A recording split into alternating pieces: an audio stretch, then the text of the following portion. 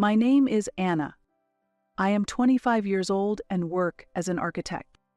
While handling my duties at a local architectural firm, I spend my days off relaxing by reading books. My childhood was unimaginably tumultuous, a stark contrast to my current peaceful life. The person who brought me happiness was not my biological parents, but my aunt, who is always cheerful and overflowing with love, 12 years older than me. Today, I want to talk about precious memories with her. As a child, I was treated coldly by my strict parents, especially noticeable in the first grade. Making such a simple mistake. Don't you think it's embarrassing not to get a perfect score on a first grader's test? They scolded, and all I could say was, "I'm sorry." Why did such a child come from us? My mother would say disappointedly. Their sighs were painfully heart-wrenching. Failing to meet their harsh expectations, I was a mix of frustration and sadness. I was born into a doctor's family in a posh residential area of a provincial city, with a doctor father and a nurse mother. From my early childhood, I was sent to private schools, expecting to become a doctor. However, contrary to the expectations of my family and friends, my academic performance was mediocre, and reaching the top ranks was challenging. Right after starting school, I felt unwanted by my parents and was constantly irritated by them. Despite this, I studied alone for long hours at home and at cram schools after returning home, striving to gain my parents' approval. On the other hand, my sister, 1 year younger than me, Doris, was exceptionally gifted academically. Even as a kindergarten student, she was learning advanced material that surpassed mine. This meant that if we took the same tests, she would perform better. Naturally, my parents were captivated by the high-achieving Doris, spending most of their time and resources on her, which led to me being forced to quit cram school before the second grade. Being abandoned by my parents was a shock, and I immersed myself in solitary study in an attempt to improve. Despite these efforts, my parents only saw me as not only poor in studies but also a gloomy and reclusive person. However, the bond between us sisters was strong, and Doris always adored me. This was certainly reassuring, but my self-loathing from feeling inferior to my sister never disappeared. As I progressed to the second grade and my sister Doris entered school, the unfair treatment became even more severe. On holidays, to broaden her education, my parents often took only Doris to theaters and museums in the city center. I was told, giving pearls to pigs who don't appreciate their value is a waste, and I was forced to stay home alone until dinner. Doris, always wearing a guilty expression, seemed to want to say something to our parents but never spoke up. I spent my time alone at home, continuously crying to the cheerful voices of other families I could hear outside. Feeling unintelligent, I believed neither my father nor my mother cared about me. Having thought parental love was everything, I continually blamed myself. Then one day, my parents decided to take only Doris on an overnight trip to a distant museum, likely thinking they couldn't leave me alone for 2 days. On the morning of the trip, I was hurriedly woken up and taken to an old apartment in the next town. There my father, with a displeased look, rang the doorbell, and a disheveled blonde woman opened the door. It was Carole, my father's much younger sister, and my aunt. After a brief conversation, my father returned to the car without even a glance at me. Holding a large bag and left behind, a sleepy Carole said, "Come," and gesturing with her chin towards the room. I hadn't interacted much with Carole, having only spoken to her a few times as we weren't very close. My father had repeatedly warned me, "Stay away from Carole, she's from the lower class and barely finished middle school." Indeed, Carole's first impression was a bit suspicious with her pudding-like blonde hair and gray sweatshirt. Yet, while apprehensive about being left in her care, I sat on the thin cushion in the living room. Feeling uneasy, I was suddenly greeted by the comforting smell of food. Along with it, Carole appeared, holding a tray with clam chowder and scones. "Didn't have breakfast, did you?" she asked, to which I cautiously replied while sipping the clam chowder, "No, thank you." The rich broth slowly spread through my mouth. Delicious. Right? Clam chowder is the best for breakfast, Carole laughed. Carol's warm smile and the clam chowder eased my tension. Over the next 2 days, Carol took great care of me.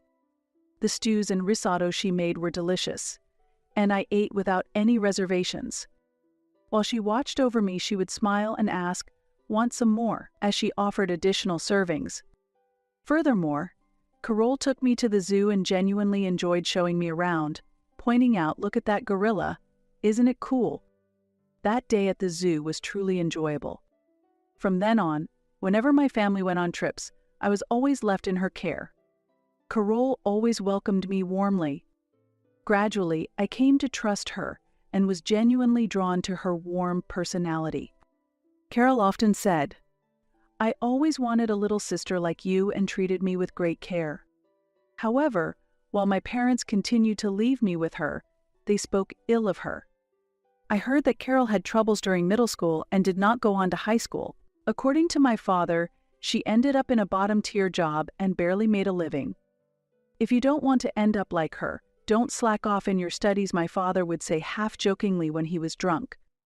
I had always believed my father's words as absolute, but I found it hard to accept his assessment of Carol. She was skilled in cooking and a very good person. I could not understand why she was spoken of so negatively. The difference in how my parents treated my sister and me worsened day by day. By the time I was in 3rd grade, I was given only the bare minimum of clothes and food, barely avoiding a report to Child Protective Services.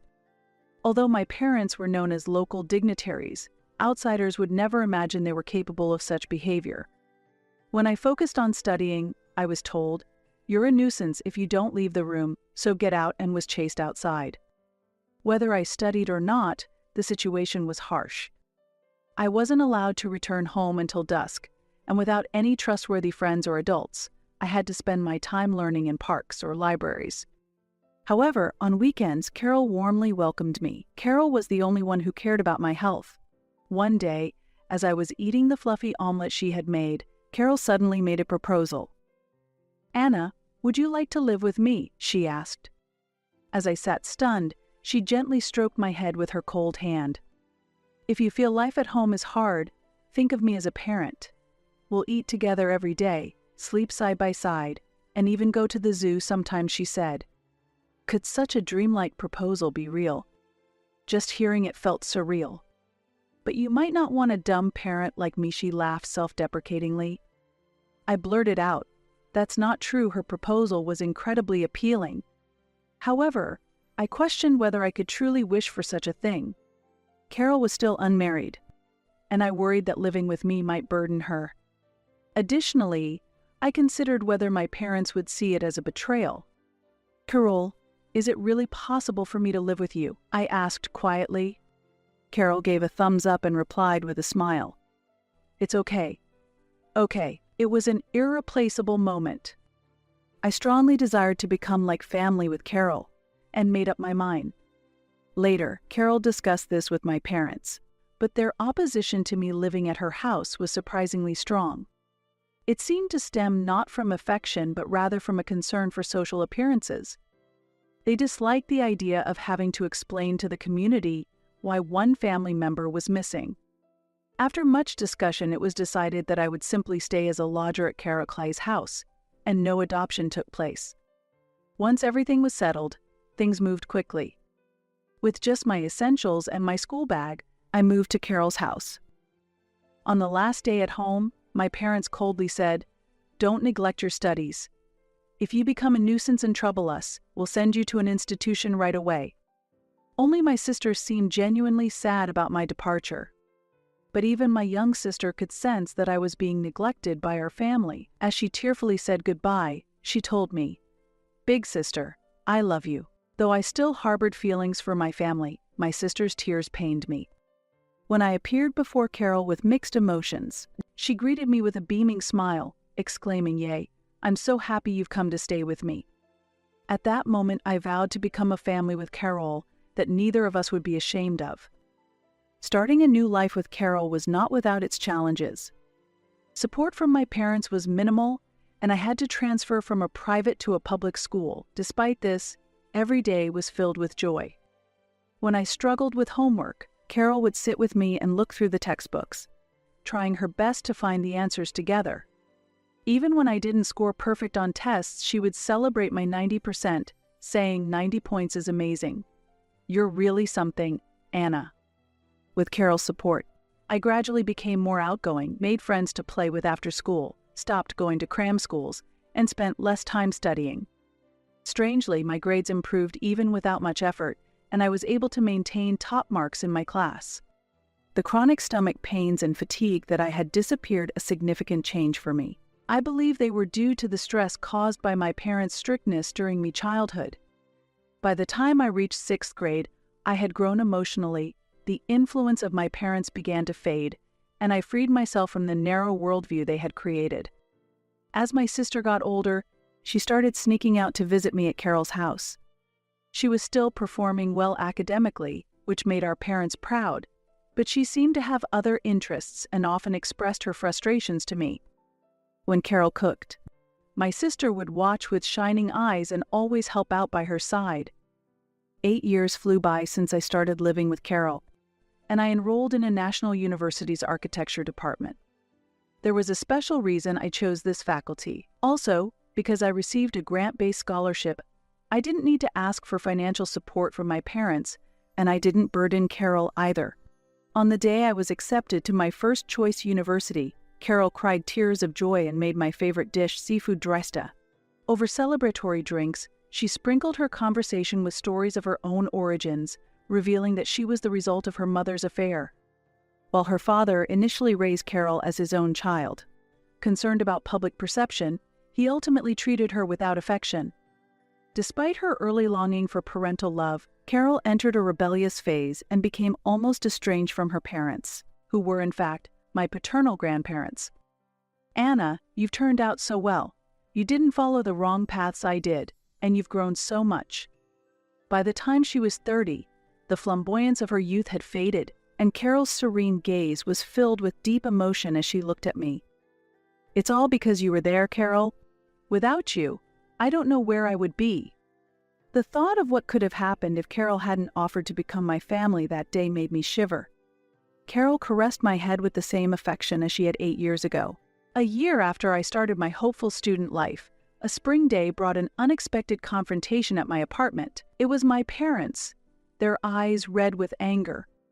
"Did you too deceive Doris?" they shouted. What I replied, caught off guard. "What happened to Doris? Which medical school is she going to?" I asked back, which only deepened the redness in their faces. "Don't joke. You must know about Doris. Doris has gone off to do her own thing." My father was too agitated to finish his sentence. I knew what had upset them, so I responded appropriately. It seems Doris has enrolled in culinary school. Did you put her up to this? You've given her these bad ideas." I hadn't done anything of the sort. In reality, while Doris let our parents believe she was preparing for medical school, she had secretly aspired to study nutrition and was accepted into that program. She will be starting her studies in nutrition, not medicine, this April. You think you're in a low place, so you're jealous of your sister becoming a doctor. How wicked, my mother accused me angrily. That's not true. Doris chose her path on her own. Don't lie. There's no way that an excellent child would choose to be a nutritionist. In fact, Doris is not ultimately aiming to be a nutritionist, but I kept that fact to myself. Mom and Dad have never really understood Doris. Mom stomps her feet in anger. That's your fault. It has nothing to do with Anna. What? From behind me, Doris and Carol appear. Surprised to see Doris here, my parents' anger intensifies. Then, they turn their criticism towards Carol. "Carol, is this your doing? Did you lead not only Anna but also Doris down the wrong path? I think that's none of your business." As if to protect Carol from my father's attempt to attack her, Doris steps forward. "Don't blame Carol. It was because I showed an interest in cooking that she offered her kitchen to me." Indeed, as Doris visited Carol's house to see her, she developed an interest in cooking and gradually became passionate while helping out in the kitchen. Focused solely on her academic performance, my parents seemed not to notice even when she came home smelling of sesame oil. Though culinary school was considered, she could not leave home without a scholarship, so she chose nutrition instead. Like me, Doris received a grant-based scholarship, which enabled her to stand up to her parents. She aims to be a chef in the future. My father's lips tremble with anger. Doris, I'll accept you taking a gap year, so withdraw from the university immediately and go to a preparatory school. I absolutely refuse. Doris firmly opposed my father's unilateral outburst. Seeing this, my mother tried to reason with Doris gently. Doris, going into a profession like nutrition or cooking, which anyone can do, isn't worthy of your talents. Everyone is expecting you to become a doctor. In that case, Mom, can you cook? What? If anyone can do it, do you know how to perfectly fry popcorn, shrimp, or make bechamel sauce? Well, It was clear that my mother was not skilled in the kitchen. She had always relied on deli foods and delivered meals to get by.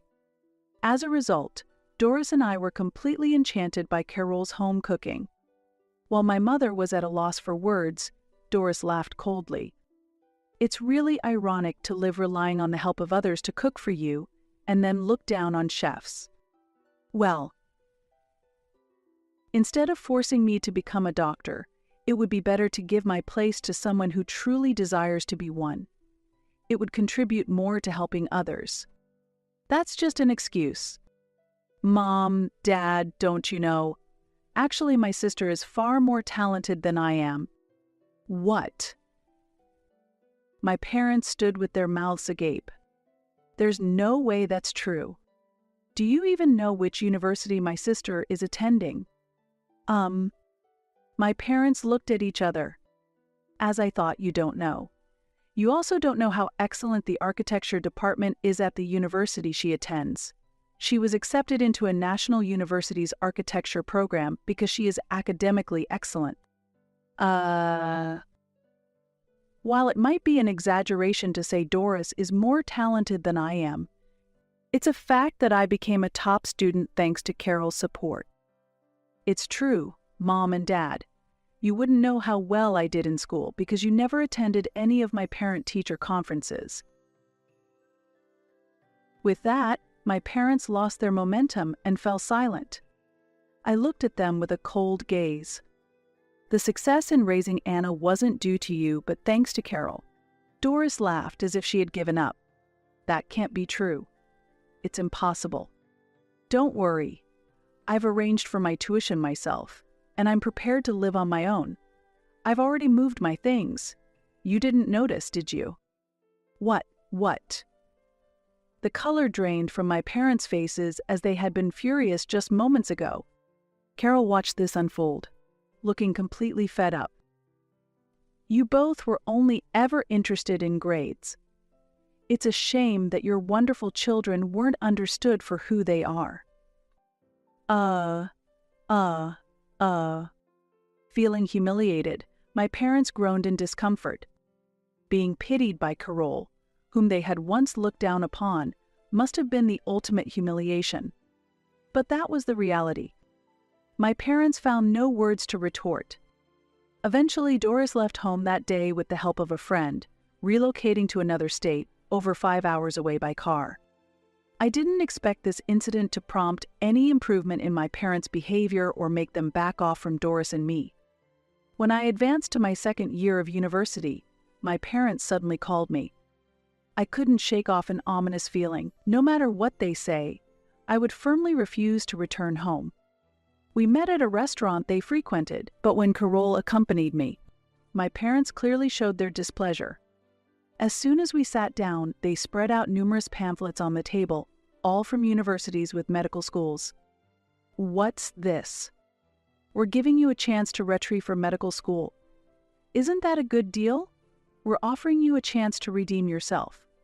Show that you can surpass your sister because of whom you've been looked down upon. Such an unexpected turn of events. How foolish. They really don't understand. But I decided to play along, just for amusement. Really? I'm so happy. Maybe I can actually get in here. To think that you both care so much about me. I really should be thankful." My father nodded, looking pleased with himself. My mother's face also brightened. As if that could ever be true. I couldn't hold back my laughter and burst out laughing. Ha, ha, ha, ha. What's wrong? I just laughed seeing Dad so happy. To take such a proposal seriously? Impossible? After all, I have my own life. What? The moment my parents realized I was joking, their faces rapidly turned red. They are as quick to anger as they are far from the intellectual caliber of a doctor. Doris has never looked down on me. It's you who have always looked down on us. That's, well. Anyway, I have no intention of trying for medical school again. I responded with firm resolve, and a vein throbbed on my father's forehead. Why can't you and Doris understand the nobility of being a doctor? Is this also Carol's fault? Once again, my father directed his blame at Carol, completely missing the point. Carol simply gave a wry smile. "Brother, you're so stubborn. What did you say? Anna and Doris aren't denying the work of doctors, they just have passions elsewhere. And those are in professions like architecture, nutrition, and cooking, which anyone can supposedly do. Even if they are jobs anyone can do, that's fine. What?" Startled by the sudden voice, my father turned around to see two muscular, healthy-looking men standing there. "Who are you?" "Perfect timing, you just insulted an architect and his son." "What?" They looked surprised. At that moment, Carol stood up and gently pulled the young man next to her closer with her arm. "This is my husband. It's an honor to meet you, brother-in-law. I am Alexander Davis. Carol has told me a lot about you." Yes." Carol's husband smiled, showing his white teeth. Actually, Carol had started dating Mr. Davis 5 years ago, and they officially got married when I turned 20. Despite my reassurances, they were stubborn and affectionate enough to wait to marry until I was an adult. As a result, I became close to Carol's in-laws and developed an interest in architecture. When Carol suddenly announced her marriage and her husband spoke meaningfully, my parents were taken aback and lost for words. Next, Carol's father-in-law stepped forward with a smile and began to speak. "Nice to meet you, Dr. Barnes. I am Davis, and I run an architectural business in this area. I understand Anna has heard about my work from Carol and has taken an interest. You are truly an insightful, wonderful person." Yes. "I am planning to retire from the field soon, and I would like Anna to join our company as an architect and learn the ropes to carry on in the future." "How dare you decide such a thing on your own?" As they raised their voices, Davis opened his eyes wide and stared at them. "Even if you call it presumptuous, the fact that you have shown no interest in Anna so far is undeniable. Trying to manipulate Anna after her sister has left the house is quite reprehensible, don't you think? How rude. How much do you think outsiders understand about us?" "Indeed, that's true. But then again, human relationships are mostly about interactions with others." "What?" Davis looked around. My parents also looked around and could see their faces losing color. Other customers at the restaurant were looking at them with cold eyes. Raising one's voice inevitably attracts attention. Everyone is disappointed. We never thought Dr. Barnes, whom we've respected for so long, could look down on others like this. That's not true. As my father trembled, his favorite dish was served. The chef of the restaurant brought it over. "Dr. Barnes, I'm sorry. It must be difficult for you to eat food prepared by us ordinary workers. You no longer need to endure it. Unfortunately, this marks the end of our relationship with you. I will communicate the same to other restaurants." "Wait, that's not what I meant.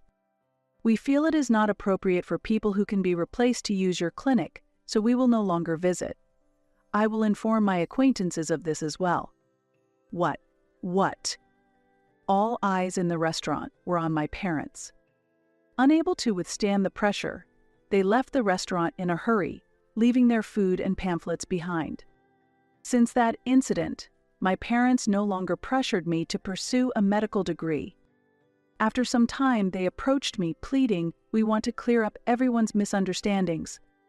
It seems the incident at the restaurant led to a significant decrease in their patients. The hospital was originally established a long time ago and had many regular elderly patients who overlapped with the clientele of a similarly long-standing restaurant. Due to word of mouth among the local elderly, a reputation spread that the hospital has the worst doctors who disregard their patients, and patients began moving to a newly opened hospital near the station. The doctors at the new hospital were not only skilled but also personable, and not a single patient returned to the hospital my father runs. In a short period, the management deteriorated, stress built up, and my father lashed out at the staff, resulting in nurses and administrative workers resigning one after another. This further fueled rumors that the hospital has an ethical problem with its doctors, leading to a continuous decrease in both staff and patients. Operating the hospital had become a financial burden. My parents believed that if I could clear up the misunderstandings, everyone would return, but once a bad reputation is spread, it is not easily erased.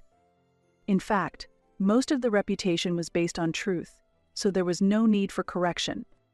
However, some exaggerated stories also existed. For example, there's a story about my father standing up in a restaurant and yelling, "This incompetent chef," and demanding an apology from the chef. Though this isn't true, I strangely have a memory as if I had witnessed such a scene.